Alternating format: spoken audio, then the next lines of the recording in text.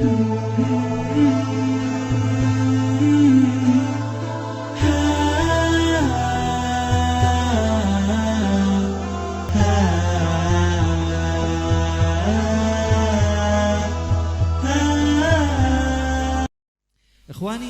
akhwati yang dimuliakan oleh Allah Subhanahu wa taala, sekali lagi syukuri nikmat ini. Daerah seperti ini alhamdulillah Allah hadirkan para habaib, para kiai, para ulama. Itu tidak lain menunjukkan bahwa Allah sayang sama kita. Kalau Allah tidak sayang sama kita, mungkin kita dijadikan seperti orang-orang barbar ya. Seperti orang-orang yang tidak jelas, seperti orang-orang yang apa? Orang-orang yang tidak kenal kepada Allah, tapi Allah utus. Bahkan orang-orang yang jarang kita lihat, mungkin ngelihatnya cuma hanya di televisi, atau ngelihatnya hanya di YouTube, atau ngelihatnya hanya di Instagram. Allah Subhanahu wa taala hadirkan para ulama, para habaib, para masyayikh, para kiai ke tempat kalian. Bukan untuk hal lain, akan tetapi Allah menunjukkan Allah pengen kita semua masuk surganya Allah. Maka saya yakin insyaallah semua yang hadir malam hari ini insyaallah ahli surganya Allah. Saya yakin insyaallah semua yang hadir pada malam hari ini insyaallah ahli surganya Allah. Karena Allah kalau cinta kepada seorang hamba, Allah permudah, gitu aja. Allah kalau cinta kepada seorang hamba, Allah permudah. Teman-teman saya yang di luar sana ya, majlis-majlis ta'lim saya yang sampai sekarang masih tutup, semua online ya, majlis-majlis saya di mana-mana tempat saya tahu mereka itu menangis, bersedih. Untuk online saja terkadang mereka susah. Lah kita ini bukan online lagi, ini sudah rapat begini semuanya. Allah kasih kemudahan. Kenapa? Karena Allah inginkan kita terus-menerus dapat pahala. Mereka menangis, tidak bisa datang. Sahabat-sahabat yang di Malaysia, yang di Brunei, yang di Thailand, yang di Hong Kong, yang di Turki, yang di Australia, yang di Jerman, majlis-majlis saya semuanya apa? Online. Karena tidak bisa hadir ke tempat tersebut, tapi tempat kita ini bukti bahwa sungguhnya saya yakin Allah sayang sama kita. Allah cinta kepada kita. Maka lidah kita senantiasa dipermudah oleh Allah untuk terus-menerus mengucapkan la ilaha illallah Muhammadur Rasulullah, dan kita senantiasa bersalawat kepada Nabi besar Muhammad sallallahu alaihi wasallam. Ikhwani, cara mendapatkan surganya Allah itu dengan itu, dengan husnudzon kepada Allah, berbaik sangka. Kita ini terkadang ngerasa nggak yakin. Bib, saya nggak yakin saya diampuni oleh Allah. Orang yang seperti itu nggak bakalan diampuni. Makanya enak kita ada majlis ta'lim seperti ini, enak. Pulang dari tempat ini dapat ilmu. Selain kita dapat pahala zikir, pahala salawat kepada Nabi Muhammad SAW, kita pulang mendapat pembekalan ilmu supaya kita menjadi orang yang lebih baik. Karena hidup di dunia ini sementara. Hidup ini hanyalah musibah. Kalau saya bilang hidup ini musibah, nggak ada benernya. Ini paham nggak bahasa Indonesia? Paham kan ya? Ya. Apa bahasa Sunda di sini? Bahasa Jawa? Hah? Sunda Jawa? Jawa? Oh, banyak orang luar sepertinya ya. Ikhwani, hidup ini musibah. Hidup ini sudah berusaha untuk menyenangkan diri di pagi hari, sore hari tahu-taunya udah sumpek. Betul nggak? Nggak ada begitu satu hari 24 jam senang terus, ada nggak? Nggak ada. Saya memiliki harta misalnya, saya habiskan harta saya supaya saya senang-senang hari ini. Pagi senang, sore udah sumpek lagi. Begitulah manusia. Berusaha untuk membahagiakan diri tidak akan pernah mampu, Karena sesungguhnya dunia ini tempatnya pusing, tempatnya sumpek, tempatnya ribet ya. Tempatnya ribet. Makanya orang yang cerdas, orang yang pintar adalah orang yang mencari kebahagiaan kelak di akhirat. Hidup di dunia ini paling berapa tahun sih? 50 tahun, 60 tahun, habis itu apa? Tamat. Habis itu tamat, selesai, nggak ada sisanya udah. Kalaupun ada bonus dari Allah, kata Nabi, a'maru ummati ma baina 60 aw 70. Usia umatku antara 60 tahun atau 70 tahun, tidak lebih. Antara 60 tahun atau 70 tahun. Dan kuburan tidak mengenal usia, kawanku.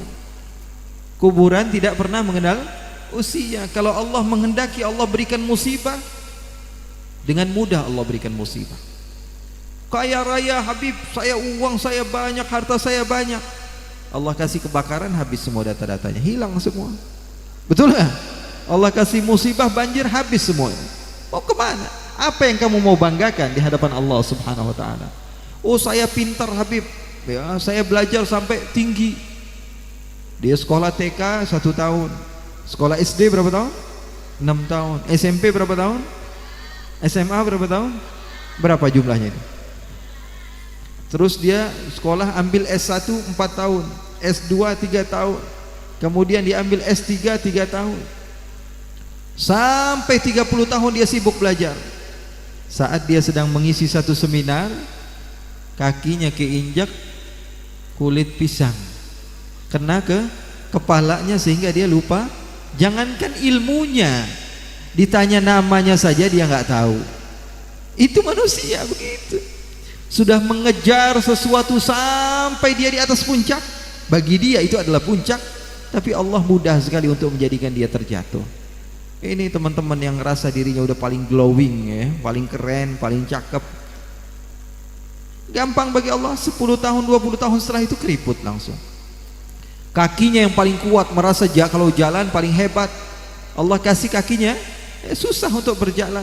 Matanya yang merasa bahwa sungguhnya matanya ini mampu untuk memandang sesuatu yang jauh. Tambah usia, tambah susah. Ngelihat sesuatu saja rabun. Begitulah manusia. Manusia ini tidak ada yang selamanya.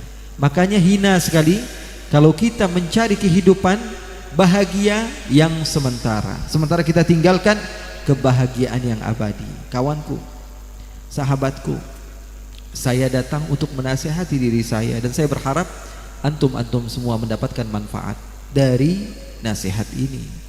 Jadi jangan sampai kita udah capek, Habib Agil sudah datang jauh-jauh ke Garut, saya sudah datang ke sini, kita pulang tidak membawa ilmu, sayang sekali.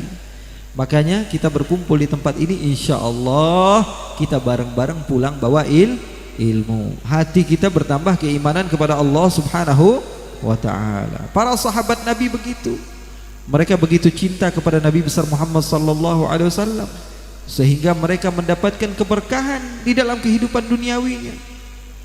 Perempuan-perempuan kecil datang mendatangi Rasul, kemudian mengatakan, nahnu jawari min banin najari ya habbada Muhammadin min jari. Alangkah bahagianya kami berjumpa dengan Nabi, alangkah bahagianya kami bisa menjadi tetangga Nabi. Kata Nabi, atuhbibnani, kalian cinta kepada saya? Kata Nabi. Maka mereka mengatakan, bala ya Rasulullah, betul ya Rasulullah. Kata Rasulullah, wallahu ya'lamu anna qalbi yuhibbukum. Ketahuilah bahwa sesungguhnya hanya Allah yang mengetahui bahwa hatiku juga cinta kepada kalian. Kata Rasulullah. Pengen gak dicintai oleh Rasul? Pengen gak disayang sama Rasul? Pengen disayang sama Rasul tapi gak ada usaha, itu namanya bohong. Pengen disayang sama seseorang tapi orang tersebut tidak tahu kalau kita sayang, bisa gak dibalas? Gak bisa. Emang orang tahu hati? Gak bisa. Siap-siap aja kamu jadi jomblo seumur hidup. Betul atau tidak? Ya, karena tidak mau menampakkan bagaimana orang lain bisa tahu kalau kamu cinta.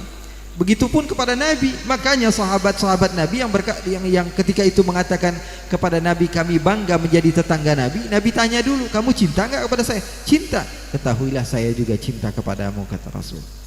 Rasul sallallahu alaihi wasallam katakan, Uhudun jabalun yuhibbuna wa nuhibbuh. Gunung Uhud cinta kepada saya dan saya cinta kepadanya. Yang cinta duluan siapa? Gunung dulu cinta kepada Nabi. Makanya dengan berkat salawat, dengan berkat kita berkumpul pada malam hari ini, insya Allah menjadi cara kita untuk menunjukkan kepada Nabi bahwa kita cinta kepada Rasulullah sallallahu alaihi wasallam. Dulu ada sahabat Nabi namanya Bilal. Tahu nggak Bilal? Tahu dari mana? Bilal bin Rabah. Orang jauh dari kota Makkah, orang pedalaman. Ya, kalau kita tahu sekarang daerah Ethiopia itu daerah Afrika. Jadi dia datang ke kota Makkah menjadi hamba sahaya budak. Zaman dahulu masih ada perbudakan. Dia dibeli oleh Sayyidina Abu Bakar As-Siddiq, kemudian dimerdekakan. Beliau begitu cinta kepada Rasulullah, tapi cintanya bukan hanya sekedar omongan, karena cinta manusia ini cuma sekedar omongan, bohong. Ya, kalau kata orang Sunda, ngawadul. Betul nggak? Kalau kata orang Jawa apa? Ya itulah pokoknya ya. Cinta manusia ketika mengatakan saya cinta, bohong. Bohong kok, bohong Beb. Iya. Dia yang mengatakan kepadamu saya tidak akan pernah nafsu makan kalau nggak ngelihat wajah kamu. Kita masuk kubur, dia di mana? Kita masuk kubur, dia di mana? Dia ikut sama kita masuk kubur. Dia yang mengatakan saya nggak bisa tidur kalau belum melihat foto kamu. Ada nggak yang begitu? Kita meninggal masuk ke dalam kubur, dia ikut atau tidak? Kita ditinggal. Bohong itu semua. Bahkan keluarga kita, anak kita sendiri yang kita yakini bahwa dia cinta kepada kita, kita masuk kubur, dia ingat nggak sama kita? Dia masuk nggak? Ikut kubur nggak sama kita? Enggak. Apalagi orang lain. Keluarga kita sendiri nggak mau ikut masuk ke dalam kuburan bersama kita.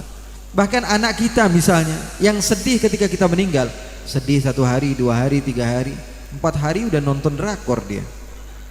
Betul nggak? 4 hari, 5 hari sudah mabar sama teman-temannya. Betul atau tidak? Anak kita yang sayang sama kita, ya, nangisnya paling sehari, 2 hari, 3 hari. Setelah itu lupa sama kita. Maka jangan pernah percaya dengan cinta orang.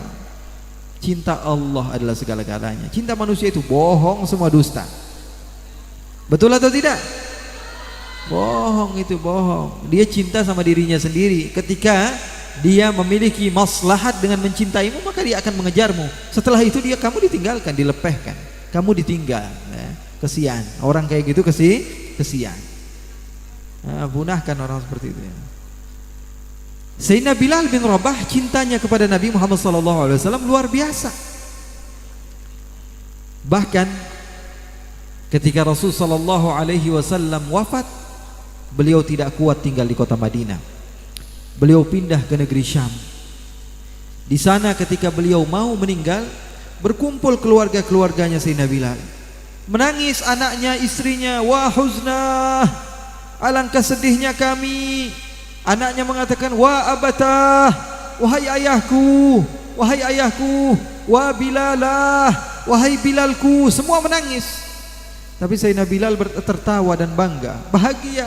Dia katakan, wah farhatah, wah farhatah, alangkah bahagianya diriku, alangkah bahagianya diriku.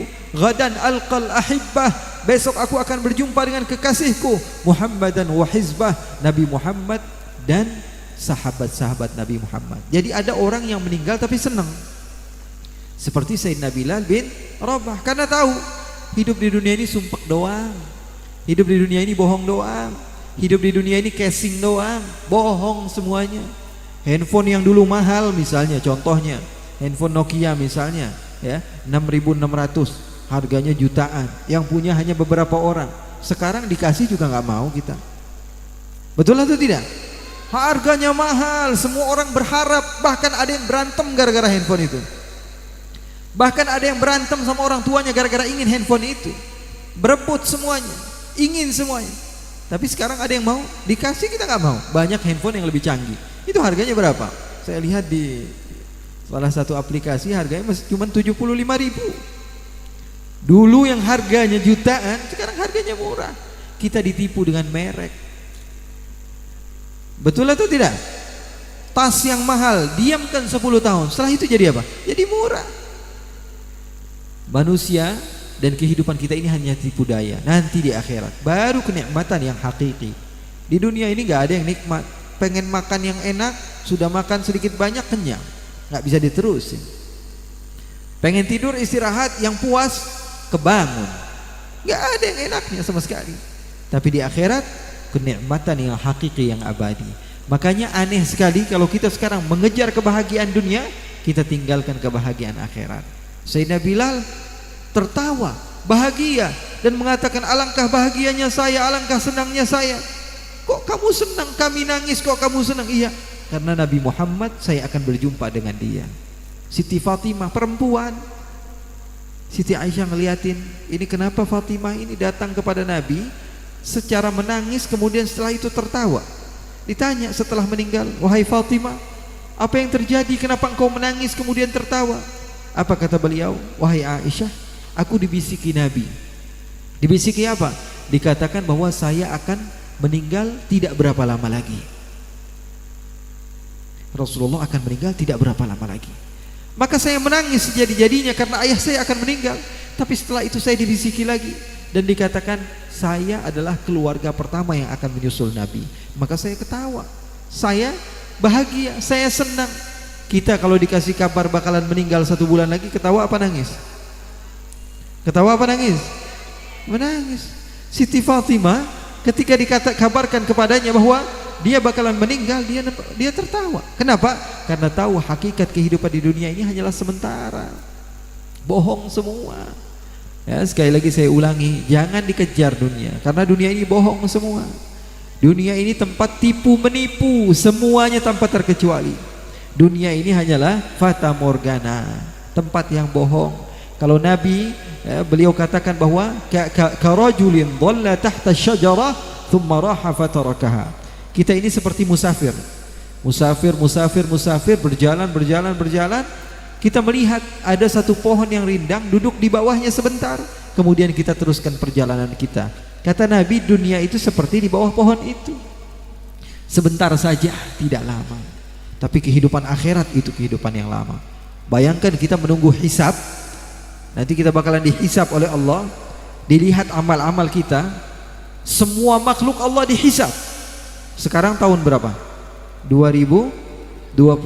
Dari zamannya Nabi Isa Al-Masih, tahun Masehi 2021. Berarti antrian kita nomor berapa ini? Kalau dari zaman Nabi Isa saja 2021 tahun. Memangnya kamu doang yang dihisab oleh Allah? Manusia yang lain tidak dihisab oleh Allah. Semua manusia dihisab oleh Allah. Sekarang tahun 2021, berarti dari zaman Nabi Isa ke kita saja ngambil antriannya lama. Sementara matahari dekat sekali dengan kepala kita. Lalu sebagian di antara manusia berharap kepada Allah sebagaimana yang dikisahkan oleh Al-Quran. Ya Allah, jangan perlama kami, ya Allah, masukkan kami ke neraka kalau memang kami masuk neraka. Sudah nggak kuat nunggu. Karena nunggu yang nggak pasti paling nggak enak, betul nggak?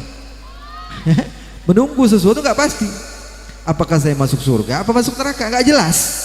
Saya digantung. Orang digantung enak nggak kira-kira? Nggak enak banget kan?